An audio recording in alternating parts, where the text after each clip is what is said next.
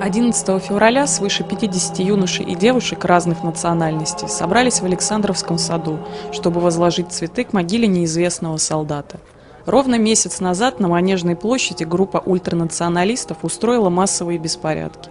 Разъяренная толпа избивала мирных граждан, представителей Кавказа, скандировала шовинистские лозунги. Своими действиями они осквернили память людей всех национальностей, отдавших жизнь за великое дело, общую победу в Отечественной войне. Именно поэтому участники акции своим долгом посчитали возложить цветы, чтобы таких вещей больше не повторялось.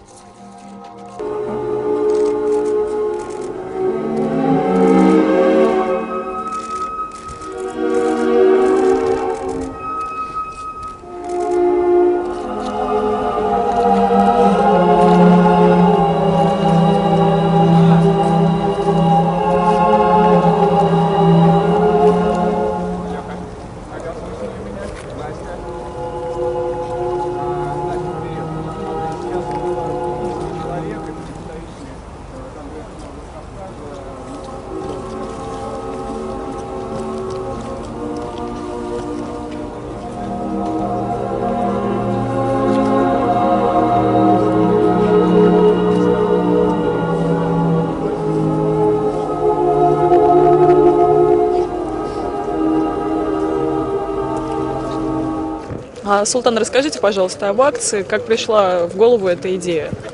Ну, вы знаете, после того, что мы увидели 11 декабря, я думаю, это не просто идея, это реакция.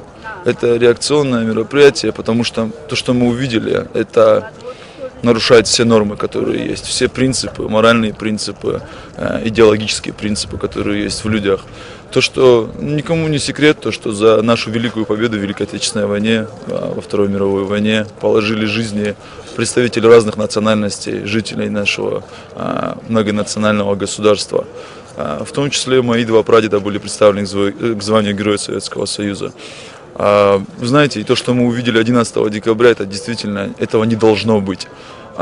Молодые люди, представители, граждане нашего государства, наши с вами соотечественники, зараженные вот этой пагубной идеологией, идеологией экстремизма, они позволили себе то, что допустили, что фашизм ликовал на Манежной площади в столице нашего государства. Непосредственно вблизи с могилой неизвестного солдата, с вечным огнем, с памятником Жукову. Такого не должно быть, и это наша реакция. Мы за то, чтобы русский народ объединялся, осознал свою позицию в нашем государстве. Мы готовы помочь этому, но мы против фашизма. Фашизм не пройдет. На сегодняшний день это наша акция, реакция на 11 декабря. Подобного рода акция была после взрывов 29 марта, чтобы никто не думал, что мы не объективны в своих зачинаниях. Да. После взрыва 29 марта мы вышли на площадь Тараса Шевченко и провели митинг «Ислам против террора». И мы будем точно так же остро реагировать на все проявления, которые ведут к разрушению нашего государства. Это наше общее государство, мы будем все делать для того, чтобы созидать. Сегодня здесь клуб «Многонациональная Россия» находится, Национальный совет детских и молодежных объединений России. Это две организации, которые изначально поддержали. К сожалению, были организации, которые вначале выразили свое желание присоединиться, а потом по непонятным нам причинам отказались от участия в акции. По этическим соображениям их озвучивать не буду пока. Вот. Здесь также находится просто Союз студенческих землячеств, ребята, молодежь, студенты, просто люди, которые звонили за эти дни в Российский конгресс народов Кавказа и спрашивали, как им можно присоединиться, потому что мы звали всех абсолютно. Вот по организациям это 3 организации. Подобного рода акции, вот я надеюсь, что такого не повторится именно из-за тех причин, о которых мы сегодня здесь собрались, да, 11 декабря 2010 года, надеюсь, такого больше не будет, и молодые люди не позволят себе принимать фашистскую идеологию, выкрикивать лозунги, где бы это ни было, на Манежной площади, в Бутово или, не знаю, в Чертаново. Вот. Но, конечно, я думаю, что все люди, не только организации, не только мы, должны в День Победы и в другие дни приходить, возлагать цветы, общаться с ветеранами. О них нельзя забывать. Они действительно отдали очень много за то, чтобы мы спокойно жили. И, к сожалению, сейчас многие хотят испортить нам это спокойствие и сделать так, допустим, чтобы 11 числа люди боялись выходить из дома. Я проехалась в метро, специально сегодня спустилась, посмотрела, ну, жива-здорова, доехала.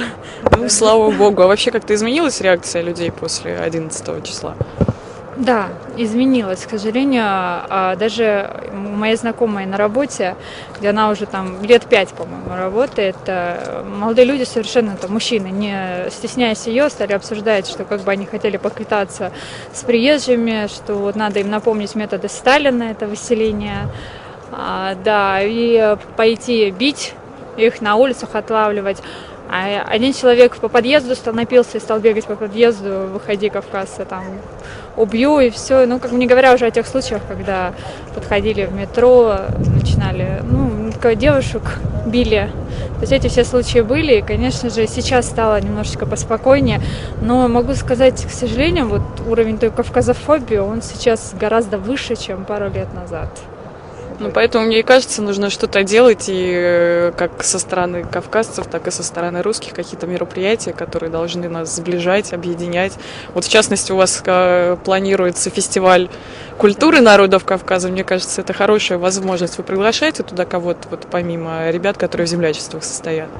Да, конечно, там помимо кавказцев будут приглашены представители разных организаций, не только национальных, молодежных, и Совет по делам национальности при правительстве Москвы туда входит абсолютно все национальности.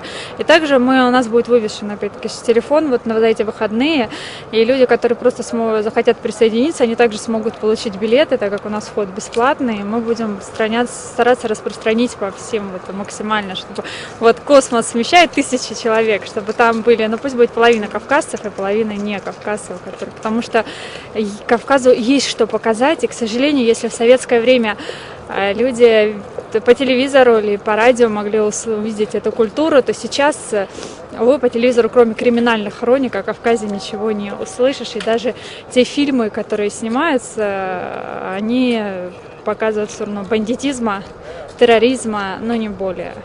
Поэтому мы надеемся, что наш фестиваль тоже внесет свою лепту и поможет вот эту перегородку немножечко убрать.